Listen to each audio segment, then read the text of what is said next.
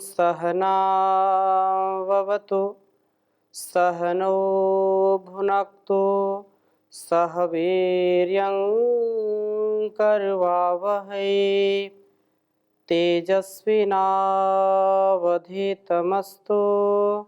मा विद्विषावहै।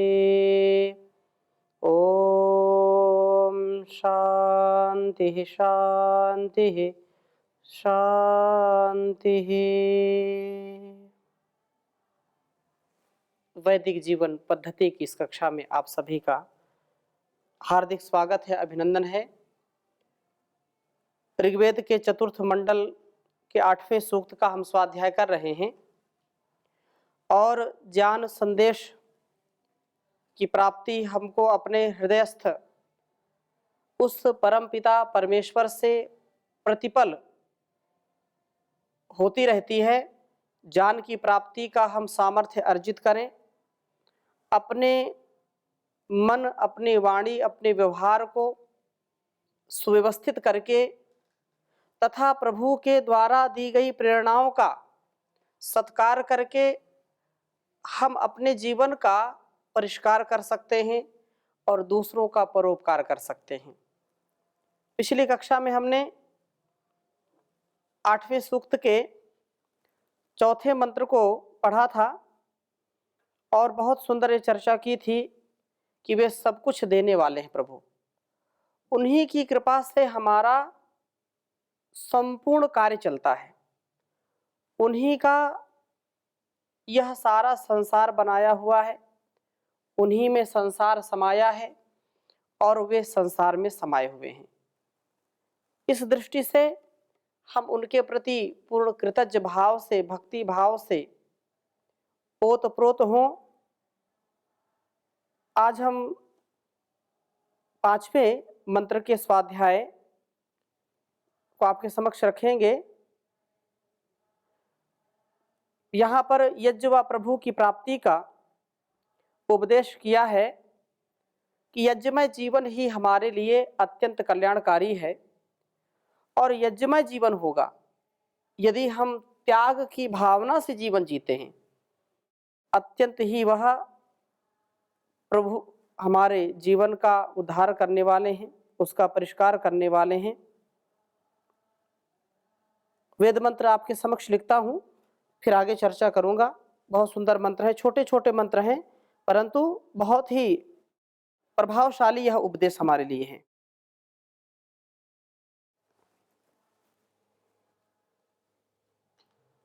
ओम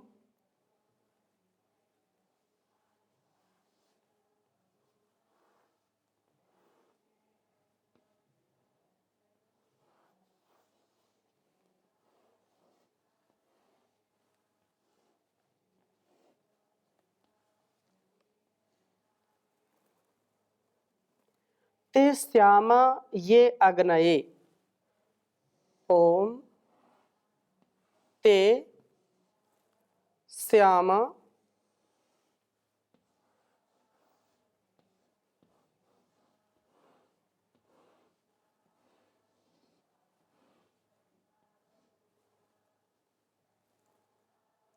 ये अग्नये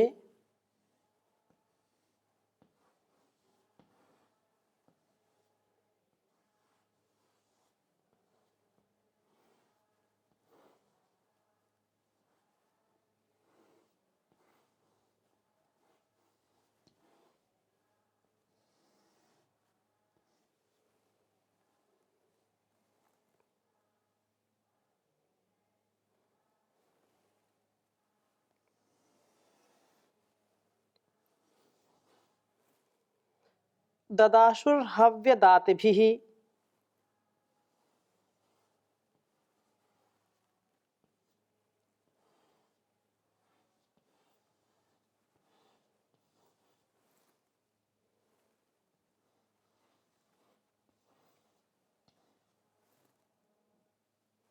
हव्य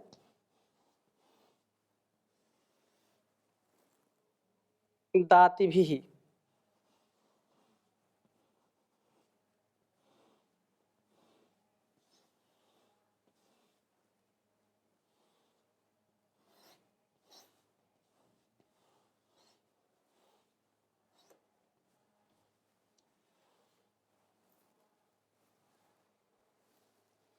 या ईम पुष्यन्ता इंधते, य ईम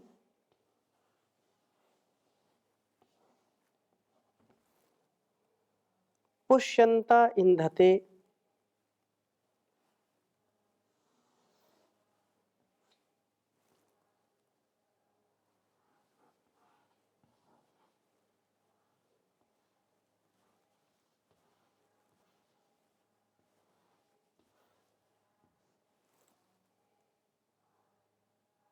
इंधते,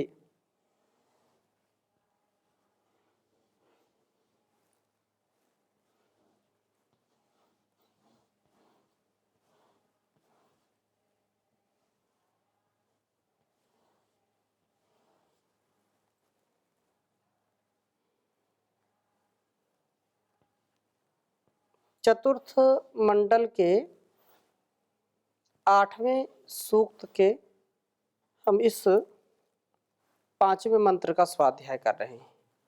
8वें सूक्त का 5वां मंत्र है यह। ओम तेस्यामये अग्नये ददाशुर्हव्यदातिभिः यायिं पुष्यन्त इंधते। ओम तेस्यामये अग्नये ददाशुर्हव्यदातिभिः यायिं पुष्यन्त इंधते। इसके पहले जो हमने पिछली कक्षा में वेद मंत्र का स्वाध्याय किया था, उसमें प्रभु से जान के संदेश को सुनकर हम ते वे श्याम हों जो अग्नय, अग्नि के लिए हव्यदात भी, हव्य पदार्थों के देने के द्वारा ददाशु अपना अर्पण करने वाले होते हैं। यज्ञों में हव्य पदार्थों की आहुति देते हुए ये लोग यज्ञमय जीवन वाले बन जाते हैं। हम वे बने ये ईम निश्चय से पुष्यंता, इन यज्ञों का जो पोषण करते हुए अपने जो इंधते, अपने हृदयों में उस प्रभु को समिद्ध अर्थात उसको धारण करते हैं। यज्ञों में स्वार्थ वृत्ति विनष्ट होती है और हमें प्रभु का दर्शन होता है। स्वार्थ ही एक ऐसा आवरण है जो हमें प्रभु के दर्शन से वंचित कर देता है। हम संकीर्ण भावना से जब घिर जाते हैं तो हमारे अंदर की उदार भावना का ह्रास होता है। उदार भावना से हम विहीन हो जाते हैं, हम उदारवादी नहीं हो पाते हैं, हम स्वार्थवादी हो जाते हैं, अवसरवादी हो जाते हैं। इस दृष्टि से जो यज्ञ का स्वभाव है, यज्ञ देव पूजा संगतिकरण दानेशु, 4 अर्थों में यज्ञ शब्द का प्रयोग करते हैं।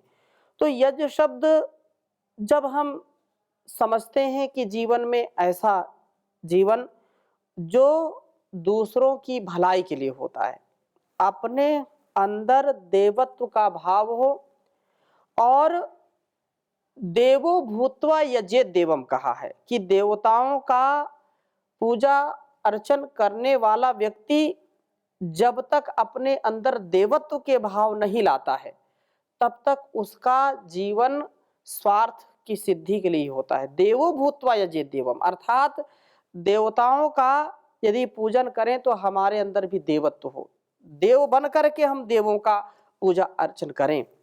इस दृष्टि से देव पूजा संगतिकरण, हम परस्पर प्रेम से मिलजुल करके और सामंजस्य पूर्वक जीवन को जीने वाले बने। इन यज्ञों से अपना भरण पोषण करने वाले बने, क्योंकि यज्ञ भरण पोषण से अर्थात हमारे जीवन और जगत की भलाई के लिए है। हमारा जीवन स्वस्थ रहे, हम हर बुराई से बचें और दूसरों को भी बचाने का प्रयत्न करें।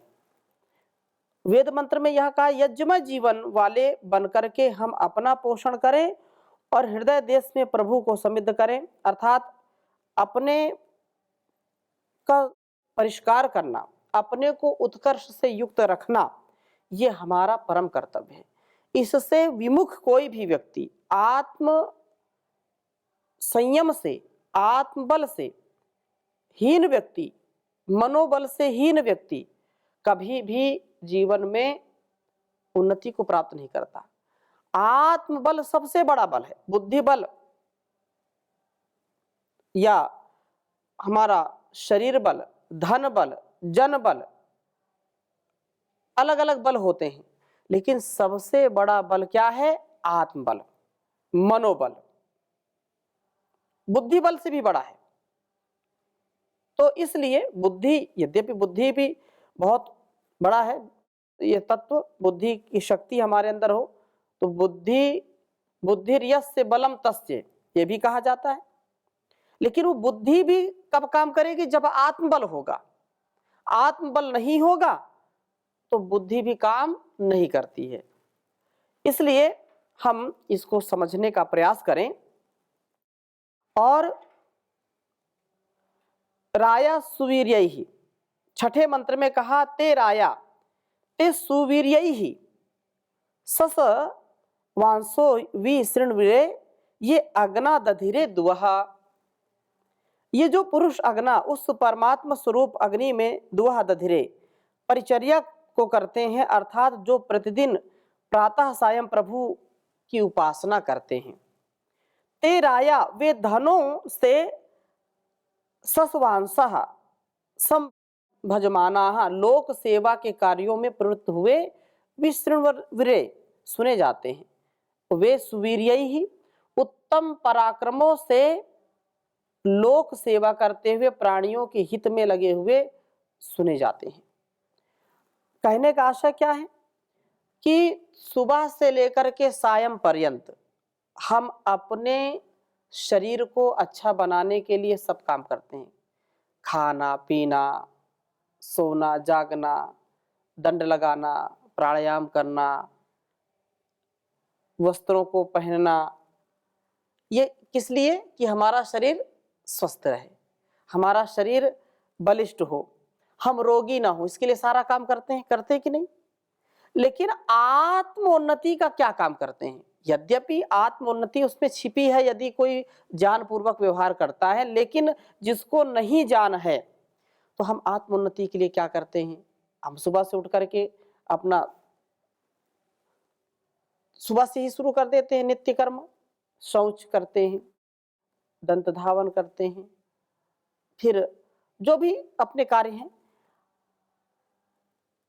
प्रातराश किया, फिर किसी काम में लग गए, फिर भोजन किया। सैकड़ों हजारों कार्यों का संपादन एक व्यक्ति करता है दिन में,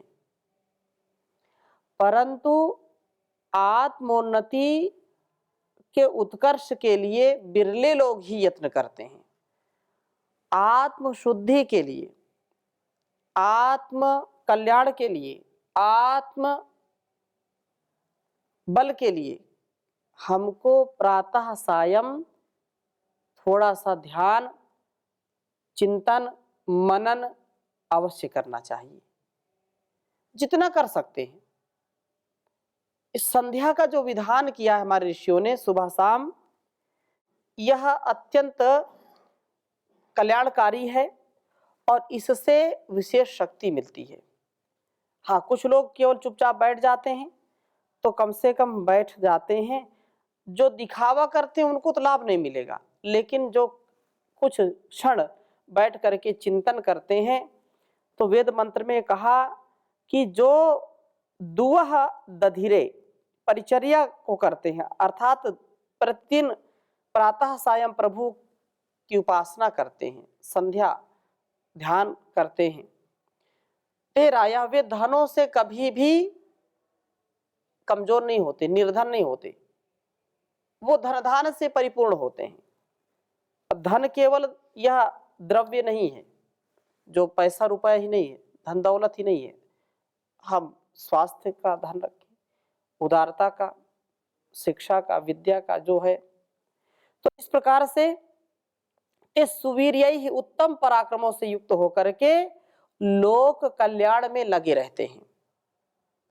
और जो समझते हैं कि वास्तव में जीवन हमारा किस लिए मिला है, स्वयं का भी कल्याण करना है और दूसरों का भी कल्याण करना है। स्वयं भी दिव्य जीवन जीना है, दूसरों को दिव्य जीवन जीने की कला सिखानी है, उनको प्रेरित करना है। तो ऐसे जो दिव्य लोग होते हैं उनकी ख्याति दूर दूर तक फैलती है, दूर दूर तक लोग उनको जानते हैं, उनकी प्रसिद्धि होती है। प्रभु का उपासक धनों व सुवीरियों को प्राप्त करता है, उत्तम पराक्रम, किसी से डरता नहीं है। वो जो ईश्वर का भक्त होता है किसी से डरता नहीं है, उसको मृत्यु भी सामने आ जाए तो भी उसको कोई भय नहीं होता, वो किसी से जो है भयभीत नहीं होता है। जो सुबह शाम ईश्वर का चिंतन करता है, मनन करता है, इस प्रकार से ये बात कही। और क्या कहा, वह इनका विनियोग दान व रक्षण में करता हुआ सभी का हित करता है। और जो उसको साहस मिला है, जो उसको पराक्रम मिला है, जो उसका सामर्थ्य है, वो दूसरों को कभी गिराने में नहीं खर्च करता, दूसरों को उठाने में खर्च करता है। सामर्थ्य को दूसरों की उन्नति में लगाता है, दूसरों की उन्नति में कभी अपने ताकत अपने बल का प्रयोग नहीं करता, दुरुपयोग नहीं करता उसका। लेकिन जो ईश्वर का भक्त नहीं होगा, अगर उसको बल मिल जाए तो निर्बल को खूब सताता है। जो विद्या से, ज्ञान से, भक्ति से युक्त नहीं है, श्रद्धा निष्ठा से युक्त नहीं है, वह धनवान भी हो जाता है तो दूसरों को दबाने का काम करता है, दूसरों को परेशान करता है, दूसरों की हिंसा करता है, धन का, संपत्ति का दुरुपयोग करता है। लेकिन यदि ईश्वर भक्त है, वह सुबह शाम संध्या हवन करता है, ध्यान करता है, चिंतन करता है, मनन करता है, स्वाध्याय करता है, और इस जड़ जगत चेतन का जो परिज्ञान रखता है, वह कभी भी ऐसी कुत्सित कलुषित मानसिकता का नहीं होता है, वह उदार हो जाता है और दूसरों से भय नहीं करता, अपितु साहस के साथ दूसरों की रक्षा करता है। जो भी उसका सामर्थ्य है, धन का या शरीर बल का, बुद्धि बल का, वह दूसरों के लोक के उपकार में उसको लगाता है, कभी स्वार्थ में उसको लगाता नहीं है। तो उसका विनियोग लोक कल्याण में, दूसरों की रक्षा में, दान में लगाता है। यह अधिक से अधिक प्राणियों का हित करना ही प्रभु का सच्चा संभजन है, यही सत्य है, यही धर्म है। यदि परमात्मा से हमको किसी भी प्रकार का सामर्थ्य मिला है तो उसका विनियोग करना दूसरों की रक्षा में, दूसरों की भलाई में, दूसरों का अधिक से अधिक कल्याण करना, यही अत्यंत महनीय कर्म है। और इस प्रकार से जो हमको सब प्रकार से धन दौलत से, धन धान्य से, पुत्र कलत्र आदि से हमको युक्त करते हैं, हम कभी भी उससे अलग नहीं हो सकते, हम कभी भी उसका अनादर करके, कभी उसका असम्मान करके सुखी भी नहीं रह सकते। कभी भी अनादर ना करें जिनसे हमको ये सामर्थ्य मिला, चाहे परमपिता परमेश्वर हो, माता पिता हो, गुरु आचार्य हो, बड़े हो, हम उनका सदा मान करें। यदि वो कभी हमको लगता है कि वो कष्ट हमको दे रहे हैं, कभी डांट फटकार रहे हैं, तो भी कभी भी तिरस्कार नहीं करना चाहिए। बहुत ही हमारा जो धैर्य है, हमारी जो भक्ति है, जो कृति है, उसमें हमको कभी भी संदेह नहीं रखना चाहिए। महर्षि देवदयानंद जी से किसी ने पूछा कि ईश्वर की भक्ति करने से क्या मिलेगा? जब मिले तभी तो लोग काम करते हैं, बिना स्वार्थ के कोई कार्य करता नहीं। बोले ईश्वर तो क्या देता है? जब हम कोई कर्म करते हैं तो कर्म का फल देगा। हम भाई किसी से कोई अपेक्षा हम नहीं रख रहे हैं, हम जो कर्म कर रहे हैं उसका फल मिल रहा है, तो ईश्वर विशेष कृपा क्या कर दी? हम जानते हैं कि बबूल का पेड़ लगाएंगे बबूल होगा, आम का पेड़ लगाएंगे आम होगा, तो ईश्वर की भक्ति क्यों करें? आम खाना है तो आम लगाएंगे और कांटे पाना है तो बबूल लगाएंगे। ईश्वर कहाँ से आए, उसकी हम भक्ति क्यों करें, स्तुति प्रार्थना उपासना क्यों करें। तो यहाँ जो वेद मंत्र का आशय है, इसी आशय से महर्षि उनको उत्तर देते हैं कि ईश्वर की स्तुति प्रार्थना उपासना करने से लाभ क्या है, उसको सुनो। क्या है वो कि ईश्वर का जो भक्त होता है, ईश्वर की जो स्तुति प्रार्थना उपासना करता है, वह भक्त विकट से विकट संकट आने पर भी कभी घबराता नहीं है, कभी विचलित नहीं होता है। लेकिन जो ईश्वर की भक्ति नहीं करता है, वह छोटी छोटी बातों में विचलित हो जाता है, छोटी छोटी बातों में परेशान हो जाता है, हताश निराश हो जाता है। इसलिए हमको ईश्वर की भक्ति जरूर करनी चाहिए।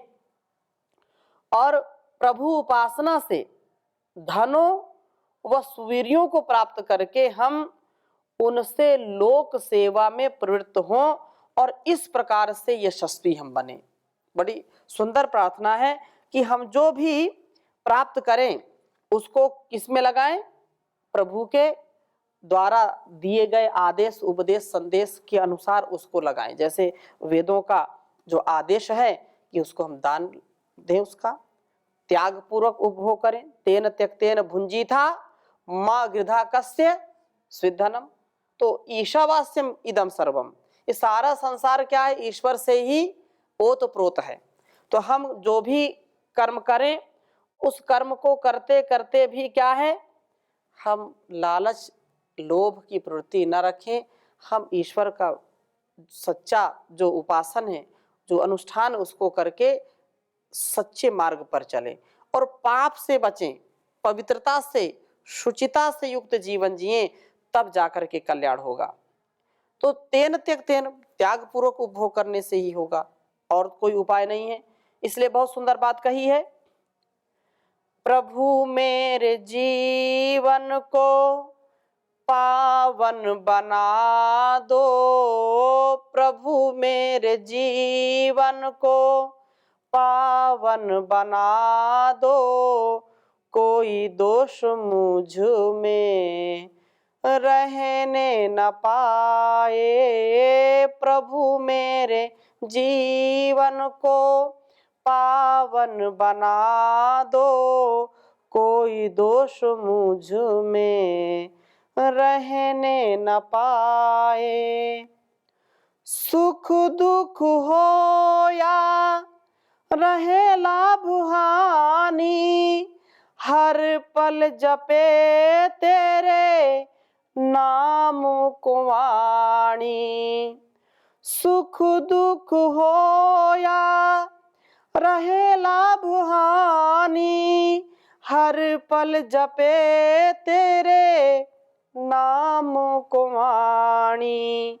रहे याद तेरी सदा इस दिल में, रहे याद तेरी सदा इस दिल में, और कोई इसमें बसने न पाए, प्रभु मेरे जीवन को पावन बना दो, कोई दोष मुझ में रहने न पाए।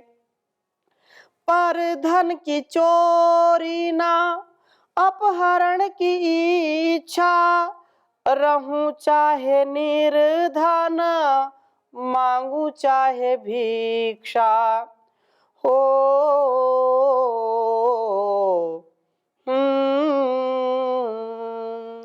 पर धन की चोरी ना अपहरण की इच्छा, रहूं चाहे निर्धन मांगू चाहे भिक्षा। छल और कपट से धनी बनने का, छल और कपट से धनी बनने का, कोई नाग मुझको डसने न पाए, प्रभु मेरे जीवन को पावन बना दो, कोई दोष मुझ में रहने न पाए।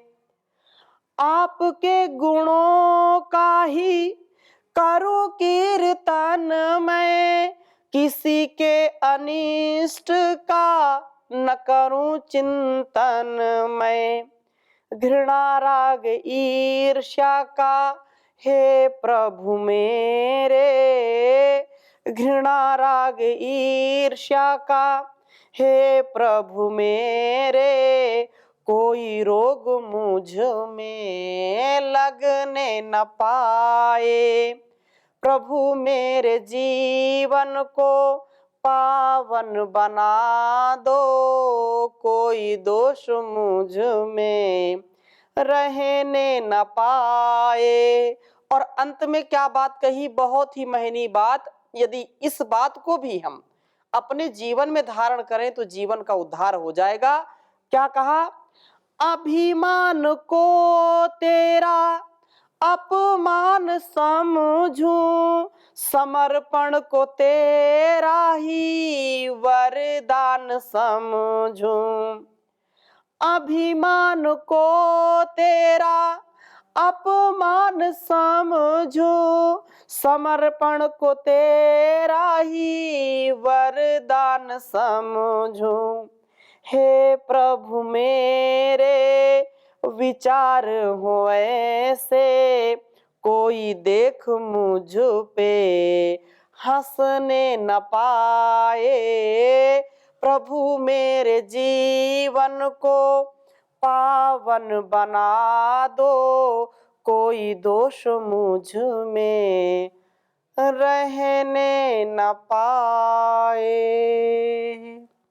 ओम शांति शांति शांति।